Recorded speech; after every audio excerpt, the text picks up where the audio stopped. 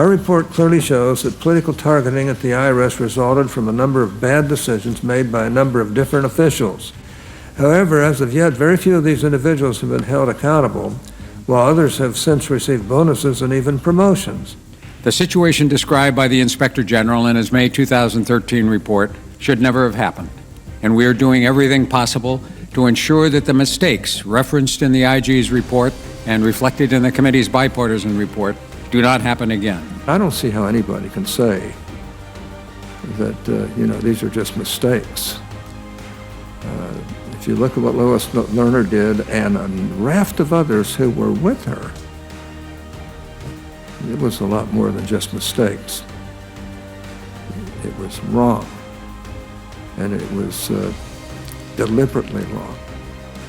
Has anybody involved in this been fired, fined, reprimanded, denied a bonus, slapped on the wrist, or even talked to in a stern manner? You're just saying everything is fine. I'm not saying and it's not fine. Lois Lerner had political views that she had a right to. She had no right to have them expressed during her working hours.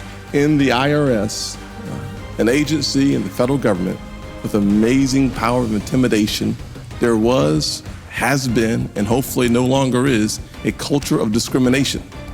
It's evident from the report that at the very least, a dysfunctional culture and poor management led to the mistreatment of groups with conservative philosophy applying for tax-exempt status. I believe we do the American people a disservice if we attribute the inexcusable behavior of IRS employees simply to incompetence.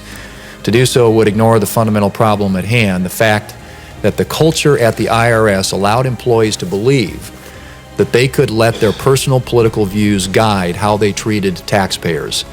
For those who were involved in the mismanagement, shall we say, of the conservative group tax-exempt filings, were there any consequences? Any consequences? As I said, the entire chain of command, starting with the commissioner or then the acting commissioner down 5 levels, are all no longer with the agency. I believe you do feel you have a personal responsibility for these failures. You feel that way?